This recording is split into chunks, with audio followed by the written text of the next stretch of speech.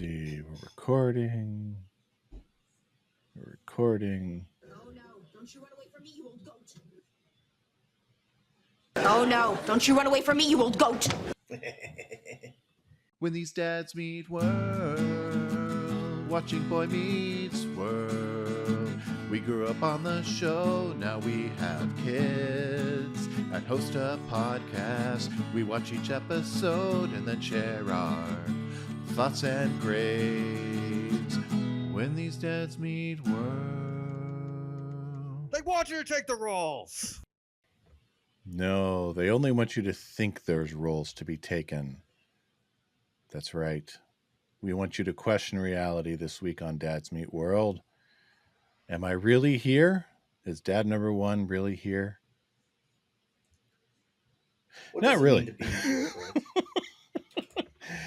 Welcome back to Dads Meet World, where I'm a little tired as we record. So, yeah, we're either going to get really weird stuff or really goofy stuff this week. So I am dad number one as we dive into week by week every episode of Dads Meet World, of Boy Meets World, from the perspective of two dads on our Dads Meet World podcast, joined by dad number two. Yes, I am dad number two this week, Tyler, coming at you live and not sleeping on the couch. Oh yes, always preferable. I've seen it floating around social media, the meme that says, "Wives, it's really not that bad to be told to sleep on the couch. It's actually kind of manly, you know? You're out in the wilderness, food's easy to reach, and there's a wild animal close by." Mm-hmm. Or something along those lines. I'm probably misremembering it. But Tyler, how are things going for you? They're going good. I'm a part of the development of this new ministry, and the guy in charge is my former pastor, and so he was showing me around the building, and he kept being like, "Do you want to see this? Do you want to see this?" And he'd be like, "Now keep in mind, when I first saw this, I was by myself." Like, okay. Nothing like I'm setting just you up. walking around. I'm like, what am I seeing? So yeah, just the fun things you see, when you're in an old building. Oh, yeah. So no, I'm doing good. Just tired, and hopefully the caffeine will kick in nice and well. Yes, I've got my own. What about you, Brett? Oh, I'm very tired. I had we've got graduation party coming up this weekend, and I was awoken this morning at about 2 a.m. by a phone call from my dad. Our youngest was asleep over at their house for the first time since they moved, so it's a new space, and he has a hard time sleeping when there's snoring going on. And all the cousins were there, and all the cousins snore. Fair. And so he was not able to fall asleep, and so he wanted to know if he could come home. And being the good dad I am, at 2 a.m., I rolled myself out of bed and drove over, picked him up, came home. So I'm running on sleep deprivation because I had a big full day at work, recorded a podcast for work, did a bunch of video editing and other stuff because we're getting ready for our week-long annual conference next week, which is minimum of 14-hour days for me, good-looking people, straight 14 hours. That's just what's on the agenda. That doesn't count what I have to do behind the scenes after the day's over. Oh yeah, it's our big busy week next week. So Oh yes. yeah, so that's just tired dad tonight. Fair. Very fair, Brett. Should we get into this episode? We should. Let's look at episode 10 of season 6. We are trucking along. In an effort, and in case I don't see it, is the title. By the way, this is episode 148 of Dads Meet World, in case you were keeping track at home. Wow. Yeah. Just, Over 20 episodes more than the actual show. yeah. In an effort to become more popular, Eric creates a TV show similar to The Truman Show. I'd say a lot more than similar to, featuring his Yeah. roommates. But it is Rachel who becomes the campus darling. Meanwhile, Cory and Shawn expect special treatment from their friend, Mr. Feeny. Mm-hmm. This episode was written by Barry Safchuk, new writer in the writer's room. First of 4 episodes he'll write. Also, will write Resurrection, Picket Fences, and As Time Goes By. Was directed by David Kendall. Originally aired December 4th, 1998. And currently has an IMDb rating of 7.1. That's a full half point lower than last week. And this is the lowest rated episode of the season on IMDb. So let that sink in. Yep. Fair. So last week we had 11.07 in the Nielsen numbers. That's 11 million people that tuned in to last week's episode. Tyler, how do you think we did in the first week of December 1998? Well, if there's one thing I know about the 90s is that they either love whatever is being featured or they hate it. So I'm assuming that there was advertisements about the whole Truman Show connection. So we probably lost some people, Brett, and it's probably closer, I don't know, like to 9 or something. Yep. 9.25 million. And Of course. I would have to look. I'd have to pull it up, but it might be the lowest rated on the season. In fact, I'm going to see if I can pull this up while we're getting started here, because I don't remember this episode being well received. Yeah, I hope not. Yeah, for fans of The Truman Show, it's hard to get a really well done parody. And oh no, it was not the lowest not the lowest of the season. There will be lower. So yeah. Mm-hmm. It is low for this chunk. It is the lowest for the first half of the season, but there will be lower. But for fans of the movie, it is hard to find a parody or an homage that really hits. So, yeah. But let's get into it. So before we get into the side by side, Brett, can we just admit right now that if the show had actually committed to Eric either goes crazy or Eric is dreaming, or my suggestion, Eric is high, it would have been a better episode. It would have, because if we could have just used the characters but not be an actual official like their real life, it would have been so much better. Yeah, because this really requires you to buy into the conceit of this has become a cartoon. Which, by the time we get to season 7, anytime Eric shows up is a cartoon. And the show as a whole will largely be cartoon, live action cartoon for a lot of the stuff they'll do. Mm-hmm. I'm looking at you, the honeymooners. Yeah. But with us still only midway through season 6, it would have been better with one of your suggestions. It's kind of hard to thread that needle with as much suspension of disbelief as is required. Mm-hmm. Well, it almost needed to this episode needed to start in the Eric has gone crazy, or something is happening, like almost like some of the stuff that happened later on should have been happening, I don't know, just the raw idea they have is actually not bad, of Eric deciding to do the Truman Show on his roommates. Mm-hmm. But I almost feel like he needed to almost have like psychotic break, or it needs to be a hallucination, dream, or whatever. Like to Yeah. actually do it in real life, what he is doing is criminal. Just a bit. Yeah, Yeah. yeah, and that's my problem. And I don't even know if you need the Cory and Shawn in this episode.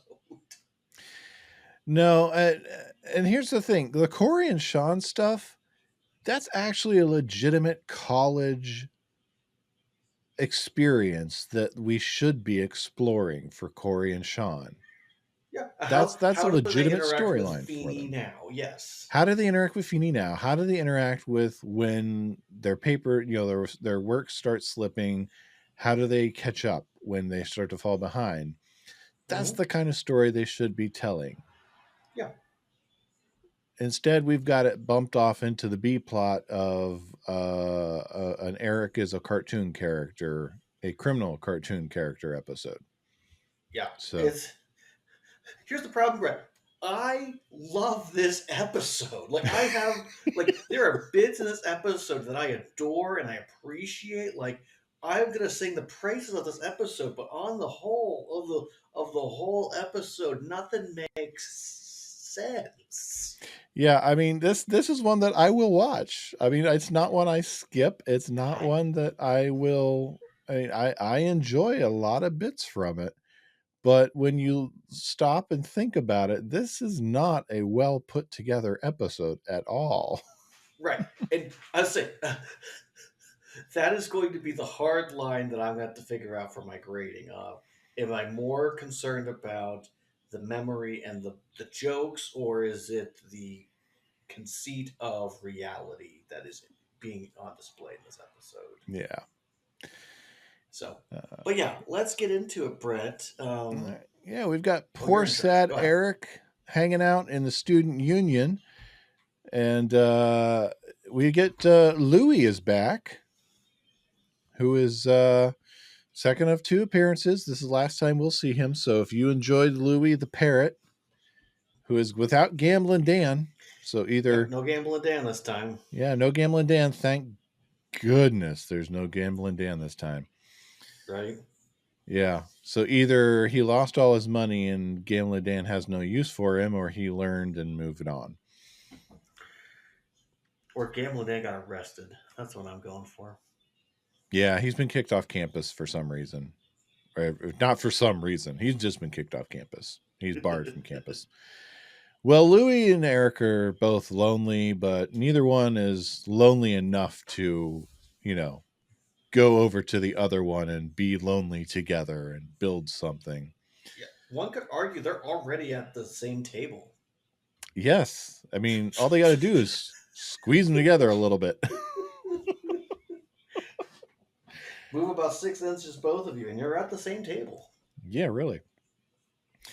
And of course, the Pembroke Harvest Mixer is about to start, which is by invitation only. Which is another You know weird those one. classic events that are just invite only. Yeah, sponsored by the college because it's the Pembroke Harvest Mixer. But yeah, no mixer sponsored by the college is invite only. But Louis got an invite. Yeah. Yeah. So Eric is all alone by his lonesome. And apparently this is when he gets the idea to create a TV show and make himself the central figure to become popular.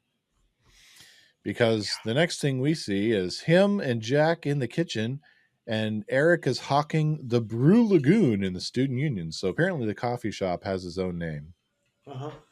I do love Brett that he is full blown committed to the sales pitches of what happens in the Truman Show. Go look, people. If you've not watched the Truman Show, pause this episode. Go watch the Truman Show because A, excellent movie, and B, a lot more jokes make sense with watching the movie.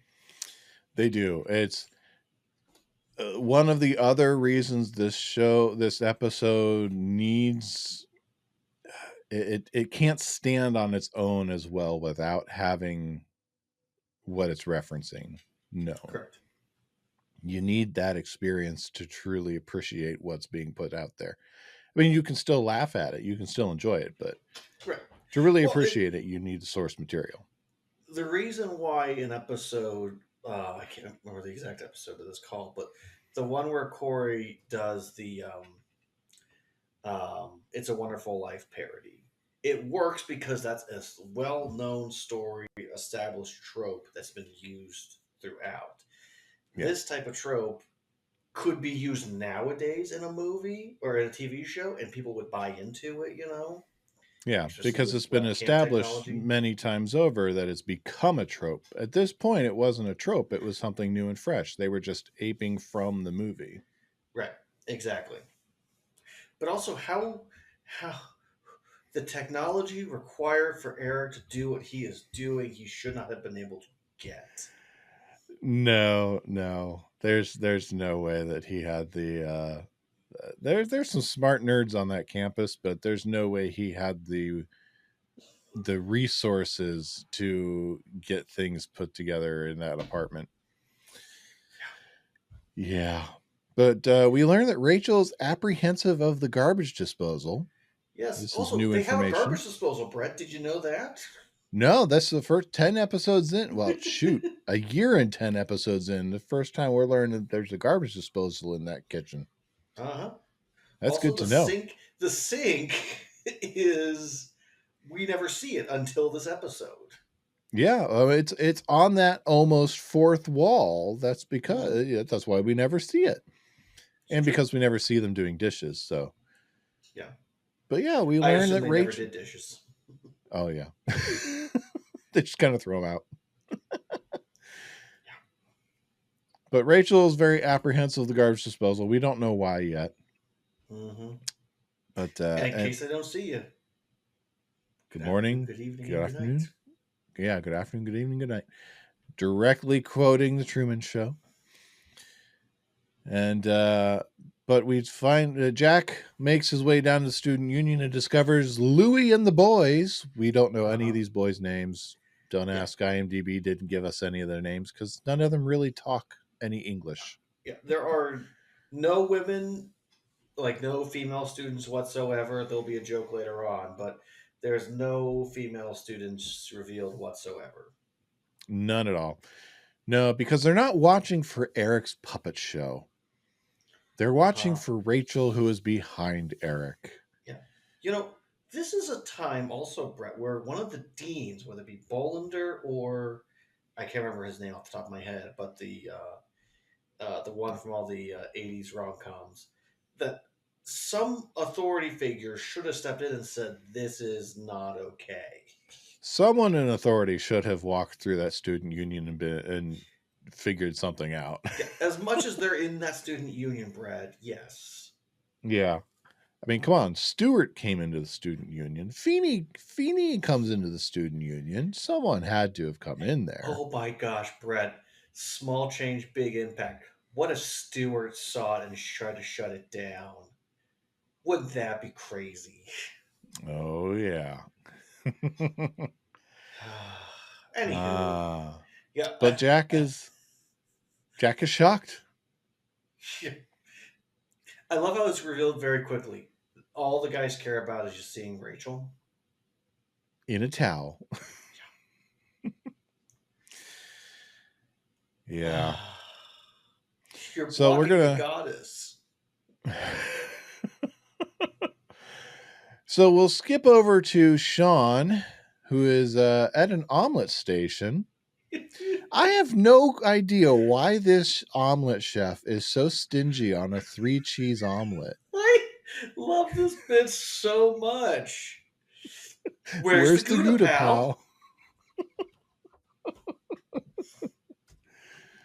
Yeah, I don't know. No, there's no reason for this guy to be so stingy with one of the 3 cheeses when he's making a 3-cheese omelet.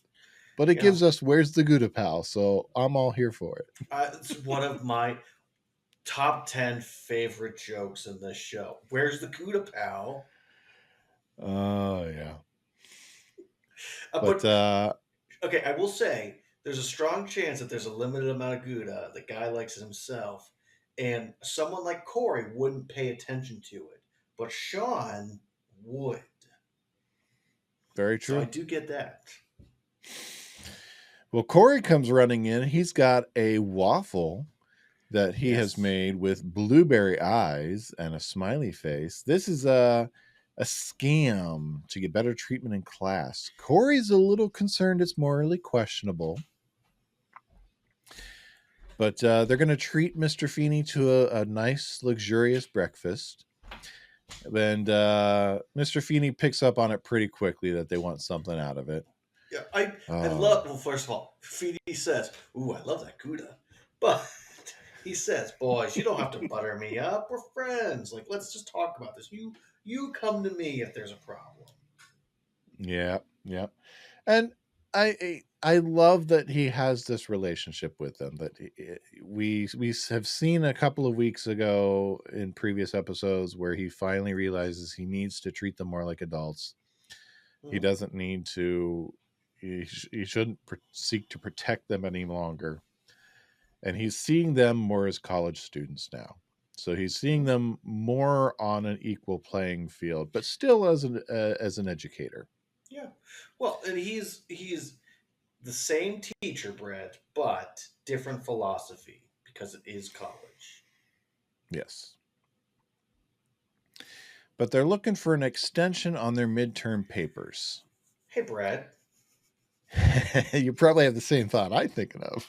When did you take your midterm papers / tests? My midterms were around late October, Yeah. but we're in an episode in December, 1 week after Jack and Rachel and Eric took their finals. Yeah. See, this would be a perfect time for earlier on in the season, but midterms, buddy. That's not what this is. They're not in high school anymore. If it was high school, I wouldn't care. College is different. Mm-hmm. The problem is Cory is treated still as a high school student from a writing perspective. He is not being treated as a college student. Now, if you said this is a paper that's due around finals time, get it. Yeah. But they can't do that because they need a next assignment afterwards for this gag to hold up. It's true. So this needed to take place a couple of episodes prior. Right. But they negotiate 4 days, 3 days, 2 days. All right, 2 days. It's always fun to see Shawn negotiate. It is thrilling. It is. Although I will say, if we know Feeny. We've been with him long enough. He would have said, "But boys, remember, we still have that one paper due on this date." Yes. I feel like he would have said should. Something about don't make sure that your next one is not late. Yes. Or make sure you don't fall behind on the next one. Right. He would have said something. But again, we have to set up the fact of the next joke. I do get that. Yes. But they're going to get their extension. And we're going to go back over to Eric showing us how he eats soup. Why? I love the look on his face when he drops it. It is one of my favorite facial expressions Will has pulled out so far in the series. But it's spontaneous. Anything can happen. Yeah. Even grabbing Jack and dancing around. Yes. Brett. Yes, Hey, Tyler. Brett. Yes, Tyler. Did you meet anyone in college who was worried about being popular? No, not a one. Yeah, again, this is a high school understanding, and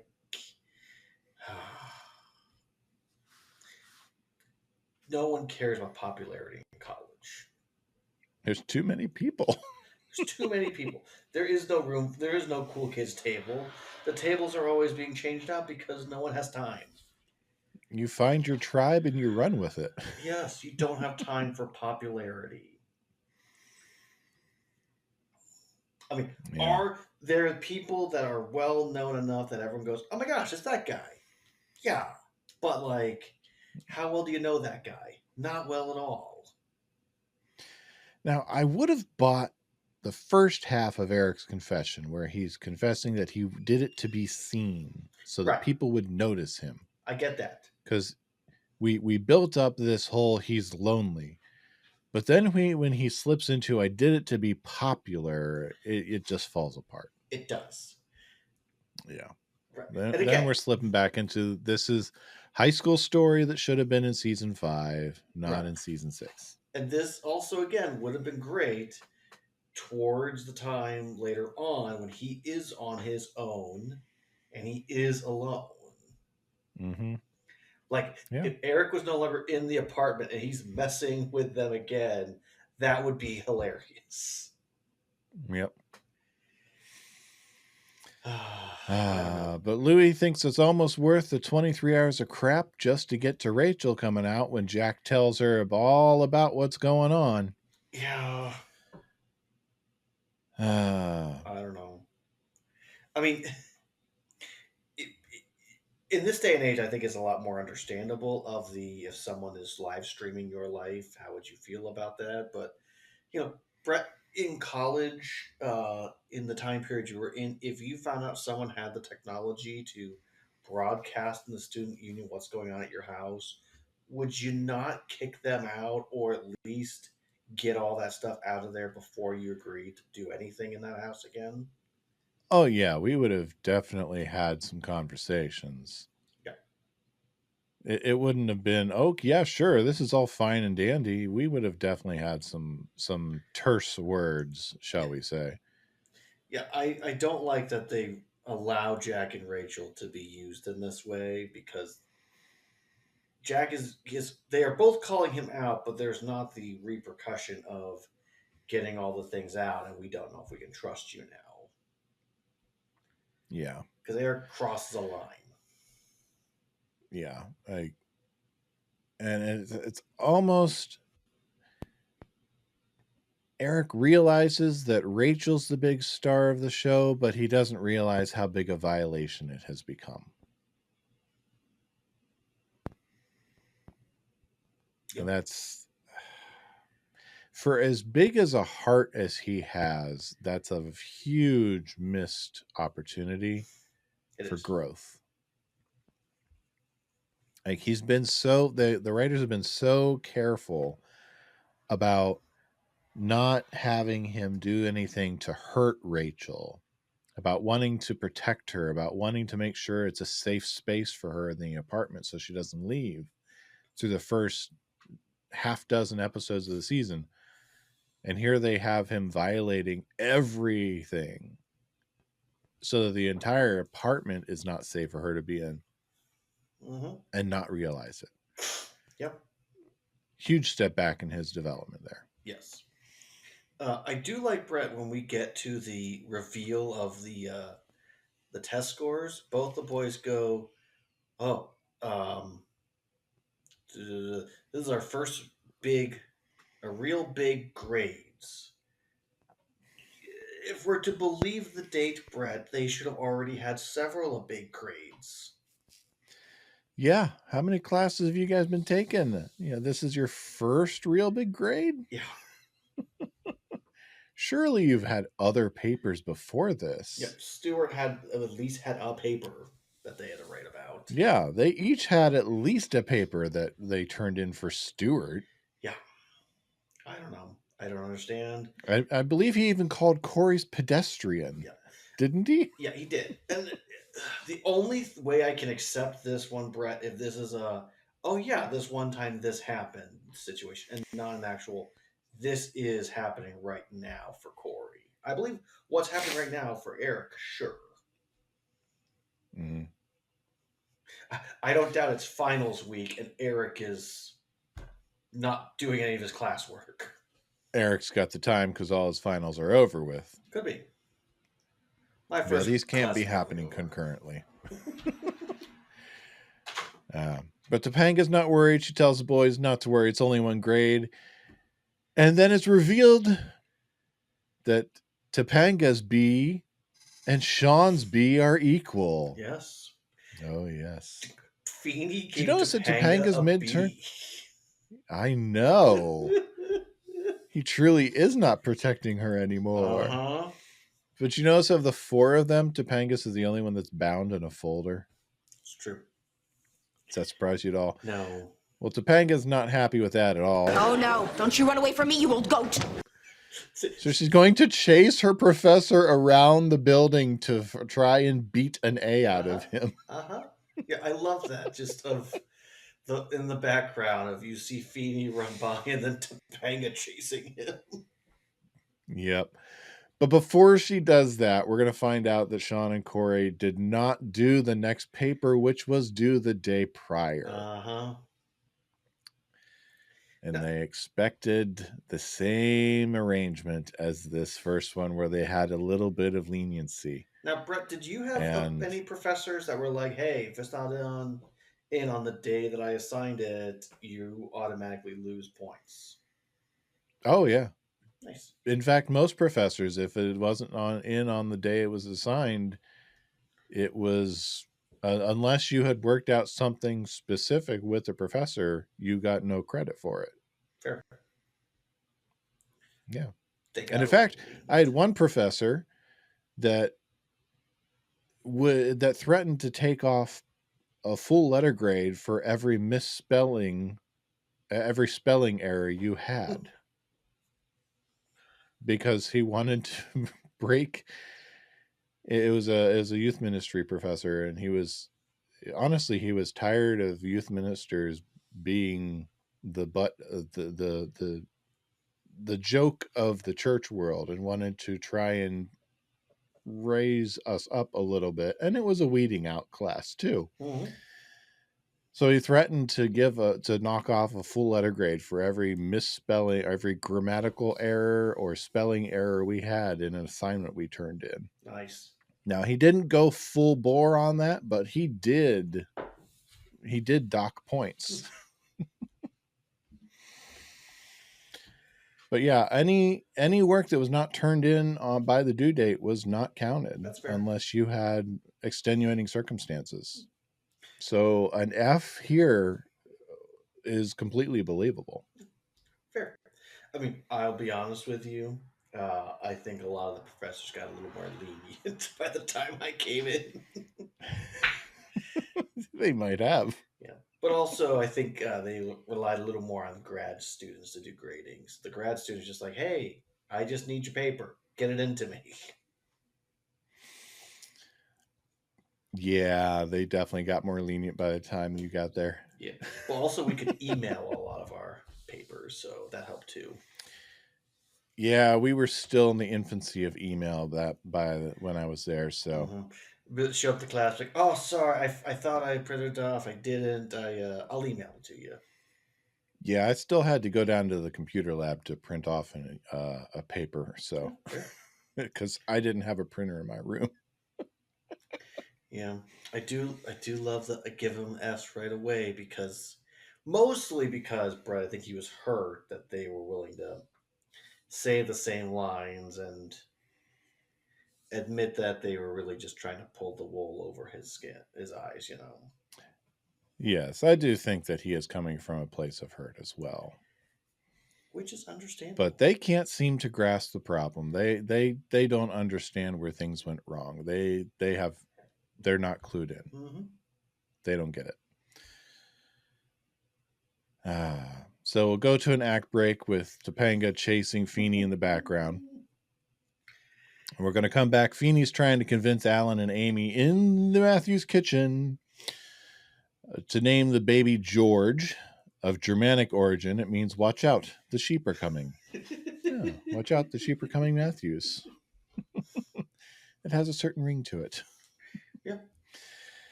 When Shawn and Cory walk in, are incredibly rude towards Mr. Feeny. And they make it uncomfortable enough that Mr. Feeny takes the coffee to go. Yeah. And Alan and Amy are they're not having it. Well, I like how They're very upset they with make the clear two. of, hey, in this house, you respect that man. Mm-hmm. I don't care what you do at college, but here we are still the authority in this house. Yeah. And so, in fact, I love the line where Alan talks about punishing them, and Cory's response is, "You can't punish us. We're in college." Well, how about I hit you so hard you're back in high school? And then they're gonna give their explanation, and Amy's response is, "This better be good," and Alan's is, "I don't even want to hear it." And they give their incredibly one-sided explanation as to what went on, which is good enough for Alan and Amy to figure things out. And I did clip this part. Oh, good. Mr. Feeny was understanding enough to let you guys slide on a problem you had with your midterms. Right? So you assumed that was going to be the arrangement for the rest of your academic life? Yeah. Where's bad? Nowhere's bad. It's bad to think that Mr. Feeny couldn't even give you guys a break without you taking advantage of him. You may be in college, pal, but you still have a lot of growing up to do. I will always love me some simple Alan and Amy guidance. Mm-hmm. Yeah, this is the hard part about this episode, Brett, because this is such a key, important moment. So yeah, it's the fun duality of the problem of this episode. Well, even a peek at the end, where, in fact, let's play this. Let's B plot out, because they do try and make amends with Mr. Feeny. They take him out to another breakfast. They make a sad face waffle. Again, we've got the same omelet chef who wants to scrimp on the Gouda again. And they apologize. They bring in their papers that they stayed up all night to write their papers, even though they already had been graded as Fs. They wanted to do it anyway because it was the right thing. And Feeny still gives them Fs. They take the food back. They take their apology back because he didn't rescind their Fs. They don't learn from it. I will say that, okay, in fairness to them, they are still college students, young college students. And I like the joke of, hey, we are trying to be nice to you, but hey, please accept these papers and give them a fair shake. And the fact he's like, no, because I'm mean Principal Feeny. They're like, well, then we're going to be our younger versions and take away our niceness. It's humorous, but at the same time, this shows that the apology was only extended in the hopes of getting a better grade on the papers, not because they learned that they manipulated him or tried to manipulate him. The breakfast is again the manipulation, of course, but the words are what's most important to George. That they do feel bad. We are sorry. I always take we did the papers, yada yada, as a whole separate aside. Like, from my vantage point, their whole goal is just, yes, it is to get their papers properly graded. But yeah, the episode has to end at least a little on the funny, Brett. It has to. It does. What would a D- get me? Gets the waffle. I mean, like, again, though, this is a relationship that they all have that it can't be broken, and I don't know. It's just a fun complication. It will be. I mean, it will be mended, but from my read on it, they didn't learn from it. They didn't learn their lesson that they needed to learn. They learned that they needed to make up for it, but they they didn't do it right. They only did it halfway. Agreed with that. But golly, in the past, they would have either shown up at his doorstep or in his classroom, and you can't have those, so you have to build sets like the brunch place. You got to get at least one more scene out Exactly. of You can't build a nice set like that and only get one scene out of it, Brett. Well, let's go back to the student union where Eric is messing with the stereo in the apartment to get Rachel's attention. The part where they go full blown Truman Show. Oh, yes. Louis wants to know if they've got a button that gets her naked. Don't talk about my Rachel that way. She's like my daughter. Watch what I do to her now. Louis is gross. Louis is very gross, and it's very off-putting that he's the guy who's dating her in the tag. It's all about the joke, Brett. It's all about the joke. It is. And so Eric is having some technical difficulties. He loses the feed for a moment. It's my first time controlling another human being. I'll get her back.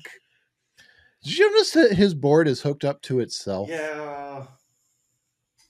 It's a dumb prop, Brett. It's a dumb prop. It's a dumb prop, it is. But I had to point. I use boards like I have a board like that sitting over here off camera, and it's like stuff like that sticks out to me. But anyway, he calls Rachel out. I'm in the student union of her mind. It's dumb. It's so dumb. Thunder coming from the stereo. Rain that starts pouring on Jack, and it follows him. Much. I've seen this somewhere before. I love that it follows him too. Yeah. They try to leave through the door, but it's been bricked over. That's the part of that's illegal. Yeah. You cannot block an egress like that. You just committed a crime. Boy, he really thought this one out. They're 3 stories up. Jack is like encouraged. Like, man, like he really put some time and energy into this. They're 3 stories up. The only way out is through the window, over the sink, and down the fire escape. That seems like a very poorly thought out fire egress to me. Your house is on fire. You can't get out to the hallway down the stairs. So your only recourse is either jumping off the balcony or going out the window that's over the sink. It just seems like poor construction. The balcony should be where the emergency exits are, but whatever. It seems like that would be it. But anyway. But of course that sink has that horrible, horrible garbage disposal. And why is Rachel so scared of the garbage disposal? Rachel is so scared because when she was a young Rachel, played by Madison Edgington, only time we'll see her in Boy Meets World, 14 acting credits total. Star Trek Generations, Doctor Who and Medicine Woman, Eyes Wide Shut, Touched by an Angel, ER, Angel, and more.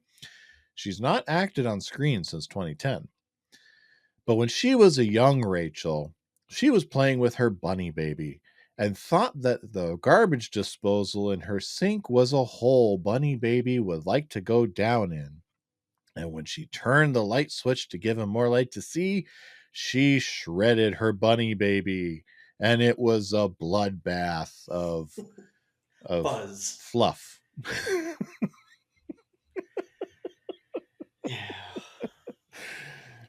Yeah, and so that's some trauma that she's carried with her for quite some time. There's some fairness to bunny baby. Yeah. I'm not trying to mock it. That could be legitimate deep trauma that someone would carry, and it's as much as they play it for a joke. I can understand why someone would actually have something like that they would carry with them as some deep trauma. So in the midst of trying to make a dumb joke, the writers actually stumbled across something that could be real. So Now that the story's out there, everyone in the student union turns on Eric. And Eric finally starts to realize that he's hurting the only two people who tolerate him. I like the choice of words of tolerate him. Yeah. It's a very selective set of words that they're. Mm-hmm. He spent this whole episode wanting to be popular, wanting people to even like him.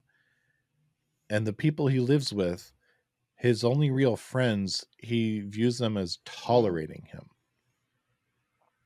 Eric's got some real baggage of his own that he carries around. He does. It's almost like you should go to the free counseling service that every single college has. Eric would have some, there'd be some good B plot material there if Eric would do that. Yeah, but this is the 90s, Brett. We don't have time for that. This is the 90s. I don't know if they even had that on Pembroke's campus. Well, just for the crazies. Well, Eric encourages Rachel. Rachel and Jack brave their fears and get out through the window. Eric goes into a speech thanking everyone who helped him out, set it all up, and Rachel appears. How close is their apartment to campus? You got here really fast. I was really motivated. Right. It's not even if we're to believe, Brett, that's happening live, either their campus, they're like almost right on campus, or she has a car and she sped there and took like 5 minutes. We do know that she has a Volkswagen Beetle. But even then, she would have had to have parked it right outside the student union, hopped out with it still moving. I don't know. We don't really have a good we don't have a good map of understanding of all the layout, so. We also have no real explanation for when all the rigging took place for the shower and all that fun stuff. But it is the cartoon.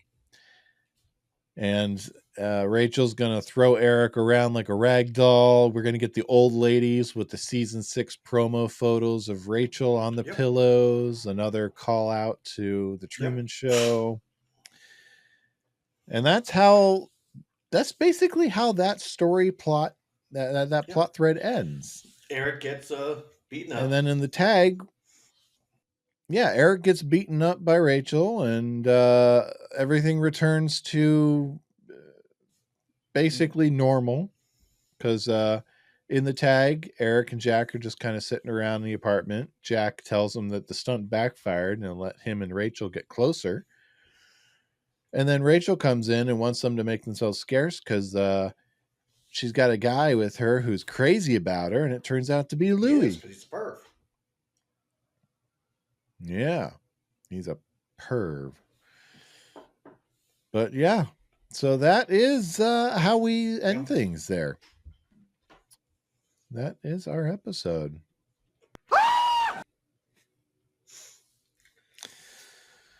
So Tyler, do you have any deep dives for us?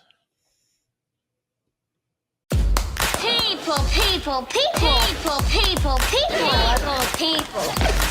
Am I the only one who read the summer reading list? Well, Brett, let's talk about the Truman Show. Why don't we?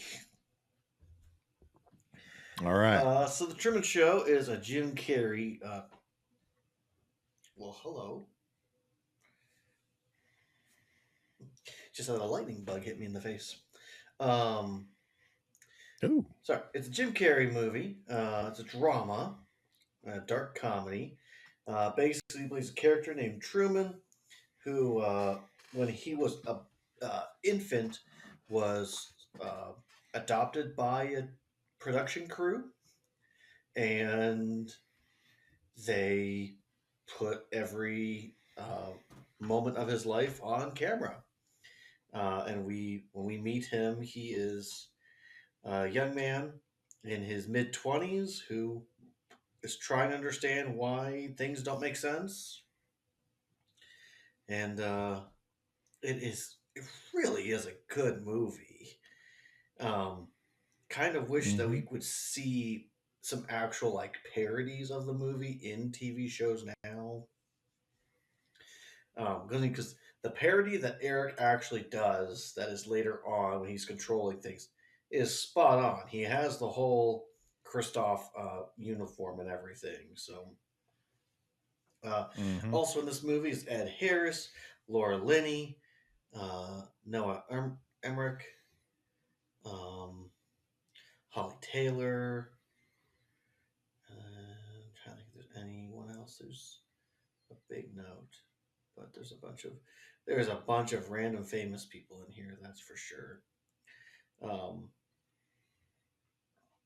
So yeah, came out in 1998, so it was a big deal, and I think they swung for the fences and they missed. Yeah. Fun fact, Brett, another reality TV show came out the same year called The Challenge.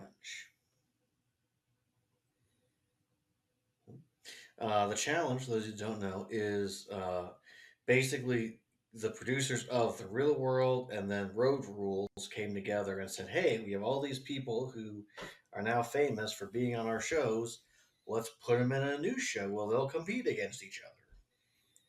And that's what that is. So all of the good-looking people the beautiful people that they had on their show, people who are famous for being famous, and they had them compete against each other in all sorts of competitions to see who is the greatest of them all.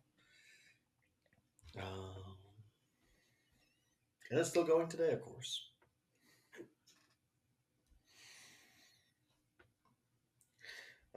That's why. All right, Brett, you may be wondering the question, what is Gouda? What is my Gouda? link isn't working. Let's try this again. Oh no, my link isn't working. Why won't my link work? That's so frustrating. It was working the other day. Now it's not working. Nuts. Okay. We'll just pull it up over here. Hopefully I can find the same exact website. This website can't be reached. I smell a conspiracy. All right, well, apparently we'll go here. Okay, so Gouda cheese comes from South Holland in the Netherlands. The Dutch city could obtain certain federal. Well, that's not helpful. So annoyed right now. I'm finding something different.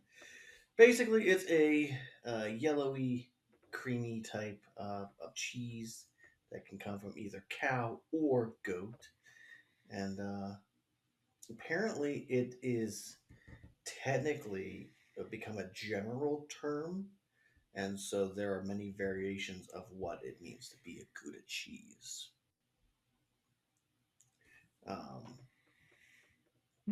But the original came from the Netherlands, the South Holland region, from the town of Gouda, apparently. The texture is a semi to hard, and the aging time is apparently 1 to 36 months. One of the movies that my wife and I bonded over, as I talked about before, is She's the Man, and one of the things in there is about how to talk to women. And he's like, "Do you like cheese?" It's like, Gouda is my favorite. So every now and then, if my wife and I can't think of anything to say to each other, look at each other, and go, "Hey, do you like cheese?" The other one will say, "Gouda is my favorite." All right. That was disappointing.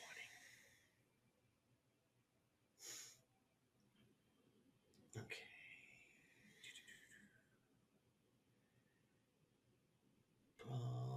Okay, let's go to this, Brett.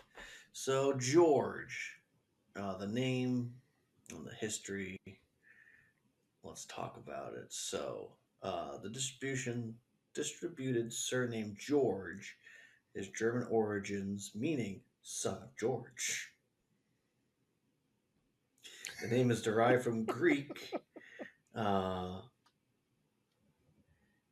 Georgon, generally meaning tiller of the soil or farmer.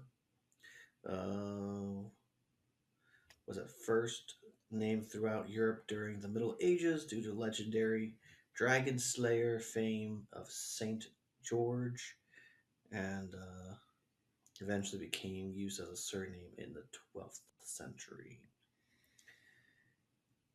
So, nothing about running away from goats, unfortunately. Mr. Feeny, you let me down. Mm-hmm. Apparently, the earliest note is 1256 as it being used as a name.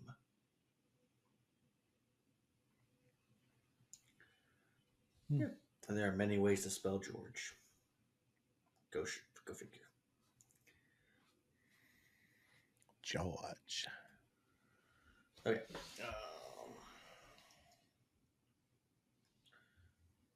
I did not send myself the other one I was looking up.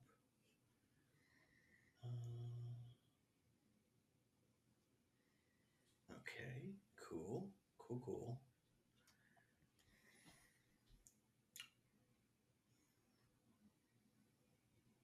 Oh, there it is. I did send it to myself. All right, Brett. So the history of garbage disposals. You want to take a gander at what year garbage disposal was first invented?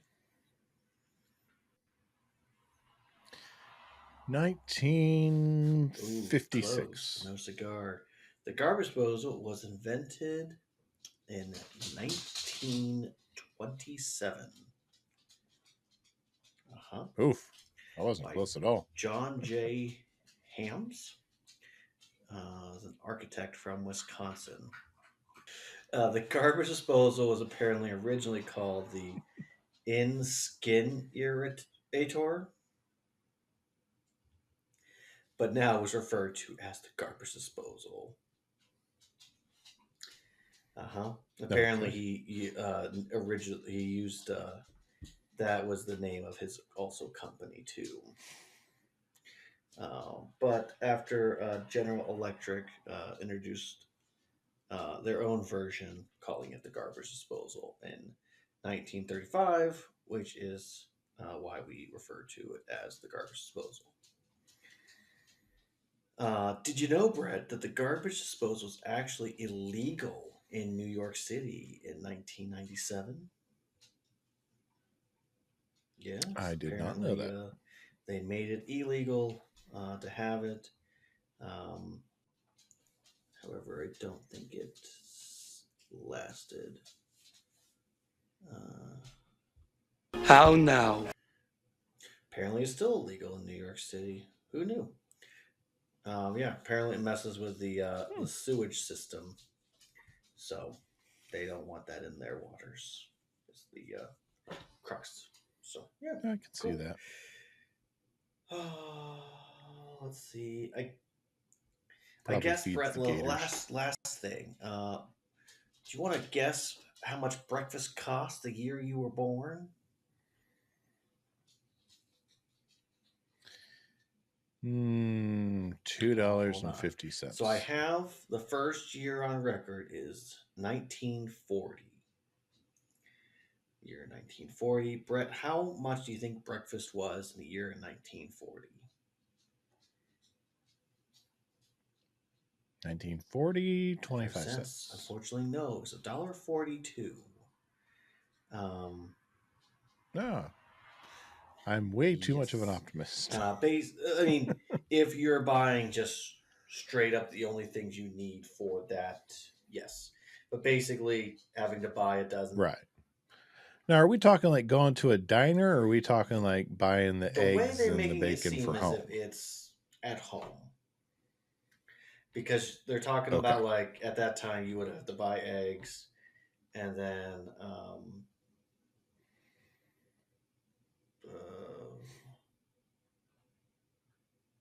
yeah.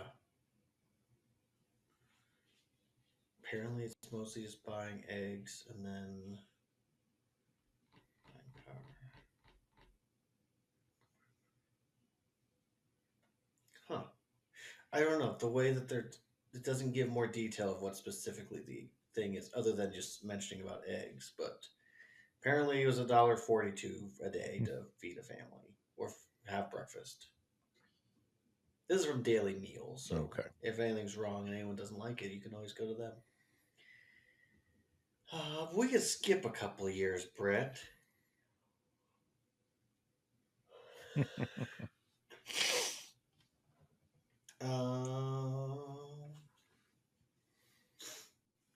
want to take a guess at what breakfast might have cost in 1963? Let's see. We'll go with $1.90. We went up much higher, $3.69. Apparently, with the freezer being more common, it made breakfast a little more interesting. You could do a lot more with it. Yeah. Yeah. Also, the problem is like what people are eating for breakfast around this time and how those things affect the change. So, I almost wish it would be like for all of them of like what is like a piece of toast, egg, and then like a bowl of cereal, coffee. That would be much more helpful. So, Brett, what year were you born? 82. 82. That's what I thought.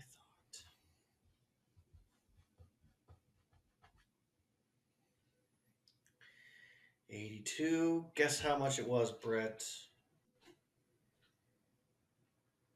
Well, this projection is going to be like $5, so I'll say $4.50. $8.72. Oh my goodness!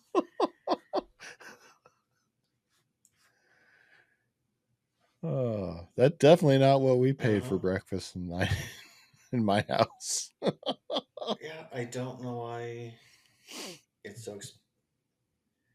We paid a lot less for breakfast in my house. This may actually be to go out to eat, but it's not making that actually. Does the top of it say this America loves breakfast, a place to devour New York style bagel. Which will has truly changed over the past years. We broke down the price. Pay for homemade breakfast between 1937 and 2000. So, yeah, a lot of it's also going to be changed and adjusted based on what people are eating at the time because it's based on homemade meals. So, I don't know if I had realized more of what this was before we got started, but if it makes you feel like Brother was born in 1992 and it cost $9.50 for apparently mine, but part of that has to do with a cup of coffee that people are buying from Starbucks. Yeah. But Brett, we'll call that Make your own guys. coffee. All right. You know anything about the Odyssey? Huh? Did I say you could talk? I didn't teach you that. My friend Mr. Matthews will lead the discussion. Do I have to draw you a picture? What did we learn this week? My lesson from Mr. Feeny is very simple. You get out of what you put in to your education. There are no shortcuts. If you're not willing to put in the work, you cannot enjoy the benefits. So do the work, meet your deadlines. Very simple. Tyler, what did you learn this week? I think I was just reminded, Brett, of just because you do something like go to college doesn't mean you're going to have the wisdom that the education you might be receiving to have and to use.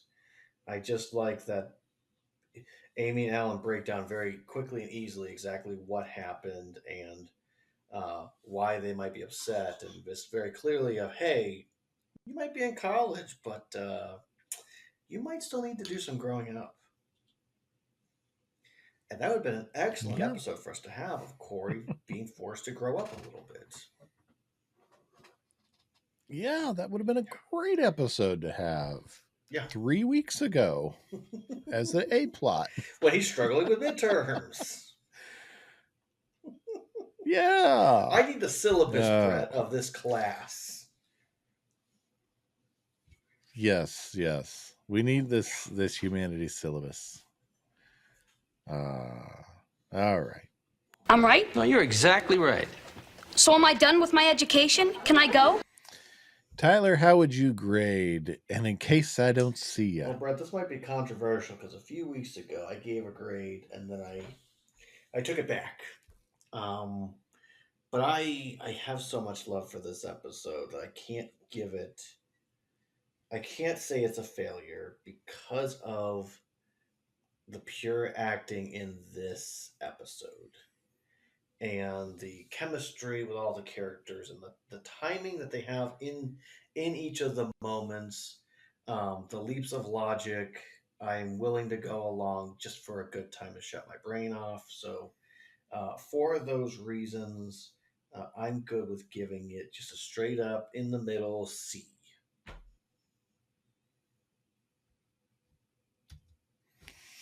Because there's so many things I love about this episode, but also equally I despise and hate it.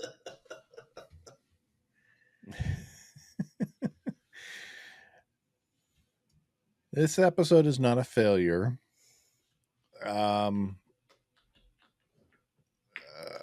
It's entertaining as a.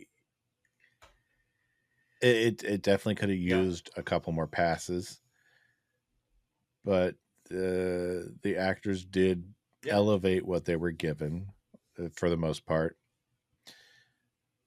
But I can't give it any higher than a C-. It's just there's as much as I enjoy it and as much as I will laugh when I watch it as a purely academic exercise, I can't give it any higher than a C-. It really is. Yeah.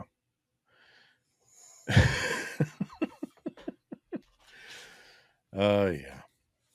Well, I owe you some dad jokes before we pull out of this one-horse town. Yeah. So, a pun walked into a room and killed 10 people. Pun in, 10 dead.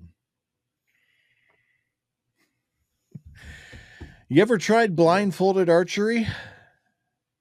You don't know what you're missing. Very nice. So I was sitting in traffic the other day. Probably why I got run over. Yeah. Hey, Brett. Yeah. So in good honor looking. of tomorrow as of recording being the last day of school, can I give you a dad joke? All right. Oh, Why yes, did you the may. bat miss the bus? Because he hung around too long.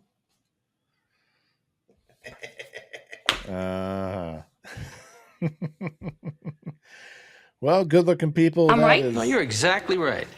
So am I done with my education? Can I go?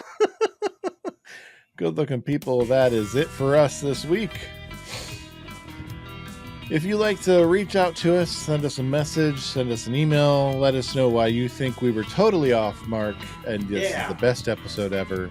Send us an email at dadsmeetworld@gmail.com or reach us on our socials at dadsmeetworld across Instagram, Facebook, or X. We are most active on Instagram and Facebook. And you can find us on YouTube if you're not already watching us there at dadsmeetworld. So until next time, we'll see you good looking. You know, how can I learn so much every week and still be so stupid? I want to be normal, spud. Was that duckies? No, garbage. Oh, I am never gonna pee again. Underpants. This is good TV. Dads Meet World is a production of Headfirst Studios. Headfirst Studios. Tell your story.